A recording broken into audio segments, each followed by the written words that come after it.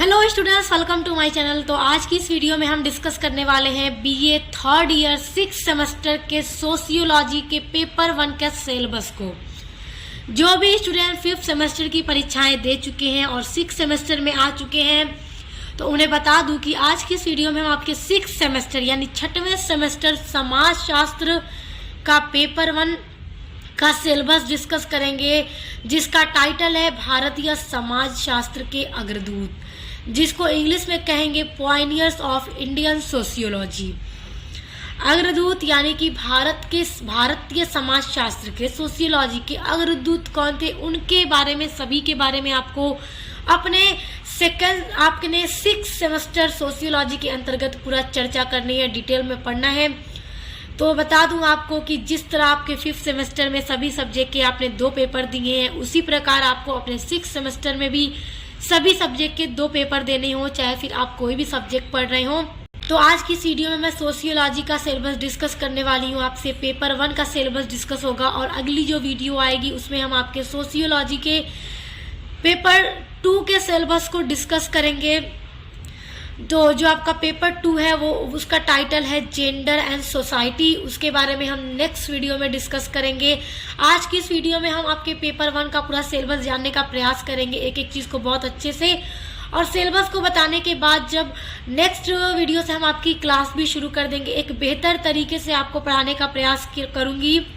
जिस तरह पिछले सभी सेमेस्टर में मैंने पूरी कोशिश की कि आपके लिए अच्छी से अच्छी वीडियो अपलोड कर सकूं, ताकि आप अच्छे से अपनी पढ़ाई को जारी रख सकें, अच्छे से एग्ज़ाम में अच्छे से अच्छा अंक प्राप्त कर सकें। उसी तरह इस सेमेस्टर में भी पूरा प्रयास करूंगी। तो यदि आप चाहते हैं कि लगातार आपकी वीडियोस आती रहें, आपके मॉडल पेपर की वीडियोस आती रहें, आपके सेमेस्टर वाइज सभी चैप्टर वाइज वीडियोस आती रहें, तो चैनल को प्लीज़ सब्सक्राइब कर लो और वीडियो को लाइक किया कीजिए, ताकि मुझे पता चल जाए कि आपको मेरी वीडियोस पसंद आती हैं।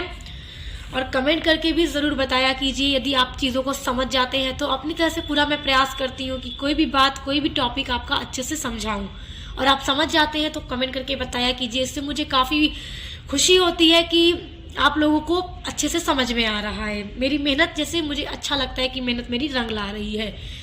देखिए, एक और बात कि आप चाहे किसी भी विश्वविद्यालय में पढ़ रहे हो, तो बच्चे कमेंट करते हैं कि मैम मैं इस यूनिवर्सिटी से हूँ, इस यूनिवर्सिटी से हूँ। तो देखिए, नवीनतम पाठ्यक्रम के आधार पर आपका जो सिलेबस होगा, फिर आप चाहे किसी भी यूनिवर्सिटी में हो, आपका यही सिलेबस होगा। और सभी विश्वविद्यालयों में नवीनतम जो NP 2020 लागू हुआ है, तो सभी का सिलेबस यही होगा। फिर आप चाहे किसी भी यूनिवर्सिटी में पढ़ते हो, पेपर का पैटर्न जो है एग्जाम में वो अलग हो सकता है, कहीं ऑब्जेक्टिव्स हो सकता है, कहीं लिखित परीक्षा होती है, वो अलग है। वो अलग बात है कि पेपर का पैटर्न चेंज हो सकता है, लेकिन जो सिलेबस है आपका सभी विश्वविद्यालयों में सेम होगा, चैप्टर आपके सेम होंगे, टॉपिक आपके सेम होंगे। और 2024 में जो भी बच्चे 6 सेमेस्टर में आ चुके हैं, तो उनके लिए वीडियो है। और आगे 2025, 26, 27, 28 आने वाले वर्षों में NP 2020 के अकॉर्डिंग अगर आपका सिलेबस ये होगा, तो आपको यही सिलेबस पढ़ना है, आपको यही टॉपिक पढ़ना है। तो परेशान होने की ज़रूरत नहीं है, चैनल से जुड़े रहिए।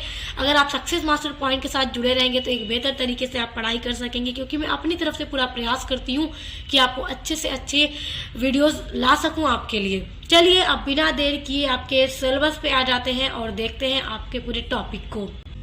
तो आप ये ध्यान रखना कि पेपर 1 का जो टाइटल है वो है भारतीय समाज शास्त्र के अग्रदूत, जिसको इंग्लिश में कहेंगे पॉयनियर ऑफ इंडियन सोशियोलॉजी। अग्रदूत को इंग्लिश में पॉयनियर कहते हैं, यानी जिसने शुरुआत की भारत में समाज शास्त्र की, भारत में समाज शास्त्र का पिता कह लीजिए। तो GS घुरिये को कहा जाता है, ठीक है, भारतीय समाज शास्त्र का पिता। तो यूनिट नंबर 1 में हमें इन्हीं के बारे में पढ़ना है। देखिए, GS घुरिये, जी मतलब गोविंद सदाशिव घुरिये, तो इनके बारे में पढ़ना है। ये बहुत बड़े महान समाज शास्त्री रहे हैं भारत के।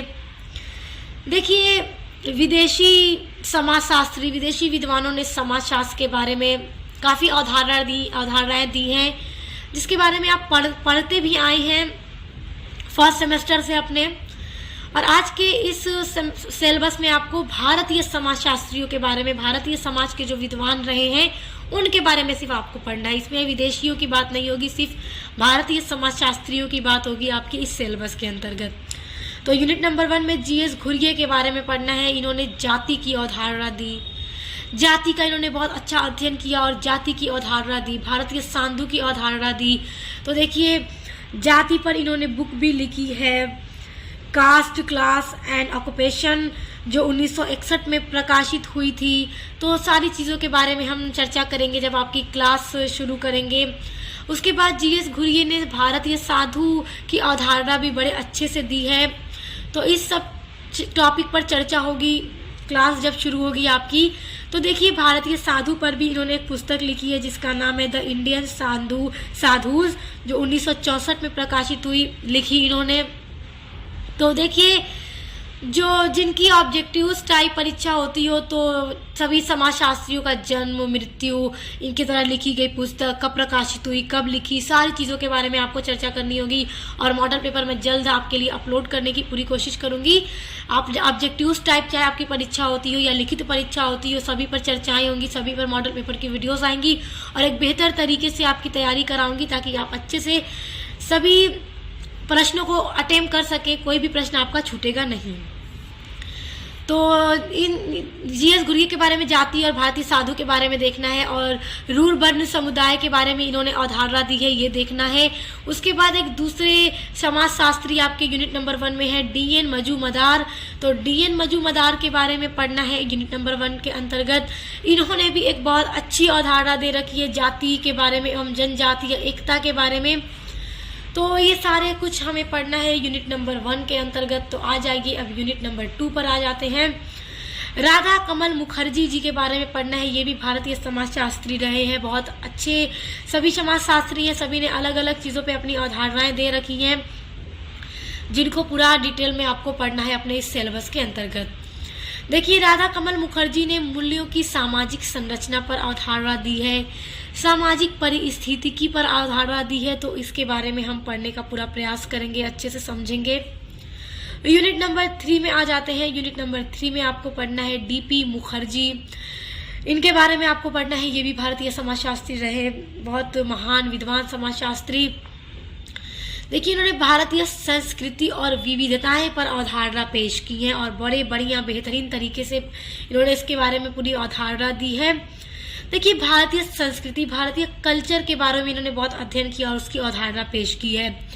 और सभी समाजशास्त्री ने पुस्तकें लिखी है जिसमें अपने अलग अलग टॉपिक पर जिसमें उन्होंने अवधारणा दी है उसके बारे में पूरा अपने पुस्तकों के अंतर्गत लिख रखा है। तो पुस्तकों के बारे में, पुस्तक का नाम क्या था, सब हम पढ़ेंगे आगे जब क्लास शुरू होगी आपकी।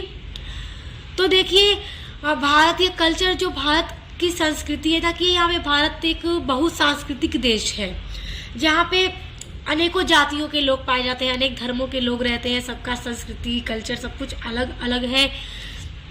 तो इस पर इन्होंने अवधारणा दी है। और विविधताएं, भारत में आपको बहुत विविधताएं देखने को मिलेंगी क्योंकि यहाँ पे विभिन्न जातियों के लोग हमें देखने को मिलते हैं, अलग अलग भाषाएं बोलने वाले लोग देखने को मिलते हैं। तो विविधताएं यहाँ पे बहुत अधिक है, यहाँ डाइवर्सिटी बहुत ज़्यादा है, मगर फिर भी यहाँ पे एकता है। तो इसके बारे में डीपी मुखर्जी ने अवधारणा दे रखी है जो हम पढ़ेंगे जब क्लास चलेगी। तो उसके बाद देखिए आपको अगला टॉपिक यूनिट नंबर 3 में पढ़ना है आधुनिकता, भारतीय युवा और मार्क्सोलॉजी के बारे में। देखिए इन्होंने भारतीय युवाओं के ऊपर भी अवधारणा दी है, इस पर भी अध्ययन किया है और इनका जो मार्क्सोलॉजी सिद्धांत है इन सभी के बारे में पढ़ना है हमें यूनिट नंबर 3 के अंतर्गत। अब आ जाते हैं आपके यूनिट नंबर 4 में। देखिए यूनिट नंबर 4 में इरावते कर्वे भारतीय समाजशास्त्री है, इनके बारे में पढ़ना है। देखिए इन्होंने भारत में जो रिश्तेदारी है यानी जो नातेदारी है, भारत में रिलेशनशिप जो है लोगों का एक दूसरे के साथ, उस पर इन्होंने अपनी अवधारणा दी है। तो पूरा डिटेल में हमें ये यूनिट नंबर 4 के अंदर पढ़ना है।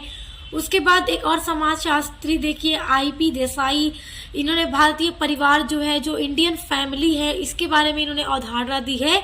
तो यूनिट नंबर 4 के अंदर इरावते कर्वे ने जो भारत में रिश्तेदारी, जो रिलेशनशिप है इंडिया में, उसके ऊपर अवधारणा दी है, तो वो पढ़ना है।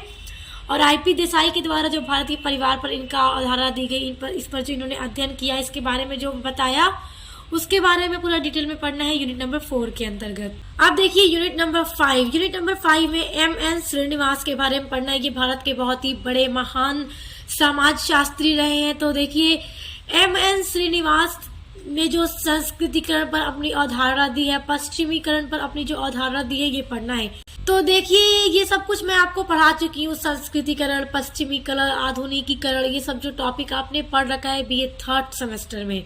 और श्रीनिवास की जो परिभाषा रही है इन सभी टॉपिक पर, वो सब मैं आपको समझा चुकी हूँ, तो आपको याद होगा, आपने पढ़ा है। तो देखिए श्रीनिवास ने संस्कृतिकरण के बारे में कहा है कि जैसे किसी भी समाज में जो नीची जातियां होती हैं, तो किसी ऊंची जाति को देखकर उसके भेषभाव, वेशभूषा, उसका उठना बैठना, खाना पीना, जो भी चीजें हैं, उन सभी को देखकर अपने संस्कृति में शामिल करती हैं और उन्हीं के नक्शे कदम पर चलना शुरू करती हैं।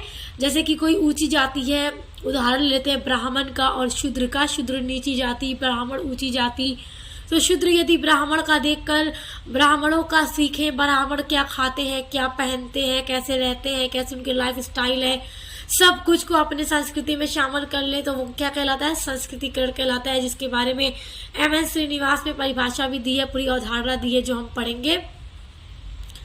और देखिए एक पश्चिमीकरण है, पश्चिमीकरण भी आपने पढ़ रखा है थर्ड सेमेस्टर में, तो आपको याद होगा क्या बताया था मैंने आपको पश्चिमीकरण के बारे में। देखिए जो वेस्टर्न कल्चर है, जो पश्चिमी देश है, तो वो उनका जो रहन सहन है, उनका जीने का जो स्टाइल है, वो किस तरह का कपड़ा पहनते हैं, फॉर्मल पहनते हैं ड्रेस, तो हम भी वैसा ही पहनेंगे।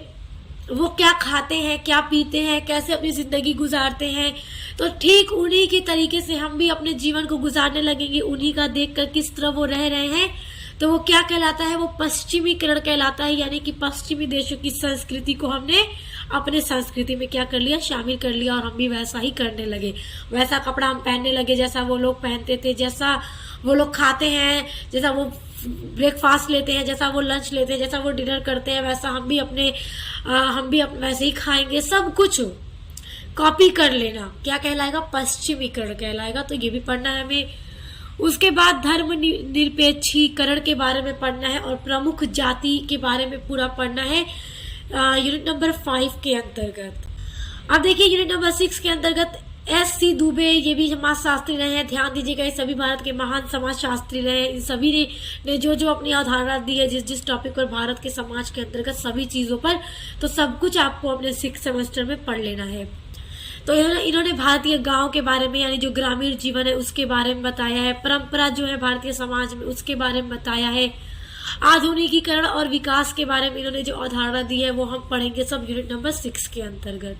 अब देखिए यूनिट नंबर 7 में आपको A.R. देसाई, इस समाजशास्त्री ने देखिए भारतीय राष्ट्रवाद की सामाजिक पृष्ठभूमि ये पढ़ना है। इन्होंने इस पर जो अवधारणा दी है और भारतीय समाज का अध्ययन करने का मार्क्सवादी जो दृष्टिकोण है ये पढ़ना है आपको किसके अंतर्गत? यूनिट नंबर 7 के अंतर्गत। और यूनिट नंबर 7 के अंतर्गत एक और समाजशास्त्री है रामकृष्ण मुखर्जी। तो देखिए रामकृष्ण मुखर्जी की जो अवधारणा है कृषि वर्ग संरचना की गतिशीलता, इसके पर इन्होंने पूरा अध्ययन किया है, इसके बारे में हमें पूरा पढ़ना है। किसके बारे में? कृषि वर्ग संरचना की गतिशीलता के बारे में पढ़ना है। तो देखिए यूनिट नंबर 7 में भी 2 समाजशास्त्रियों के बारे में पढ़ना है और उनकी द्वारा दी गई जो भी अवधारणा है वो पढ़ना है। अब आ जाते हैं यूनिट नंबर 8 और ये है आपकी लास्ट यूनिट। देखिए यूनिट नंबर 8 में है आंद्रे बिताई, इनके बारे में पढ़ना है, और जाति, वर्ग और शक्ति ये पढ़ना है, और कृषि संरचना के बारे में पढ़ना है। तो आई होप आप अपना सिलेबस समझ गए होंगे कि बीए थर्ड सेमेस्टर सोशियोलॉजी का जो पेपर 1 का सिलेबस है भारतीय समाजशास्त्र के अग्रदूत, तो उसके सिलेबस आपको बहुत अच्छे से समझ में आ गया होगा। देखिए आपके सभी सिलेबस में 8 यूनिट होंगी जिस तरह पहले रही है, और पेपर 2 का जो सिलेबस है सोशियोलॉजी का वो जल्द मैं चैनल पे अपलोड करूंगी और फिर उसके बाद क्लास शुरू कराऊंगी एक बेहतर तरीके से।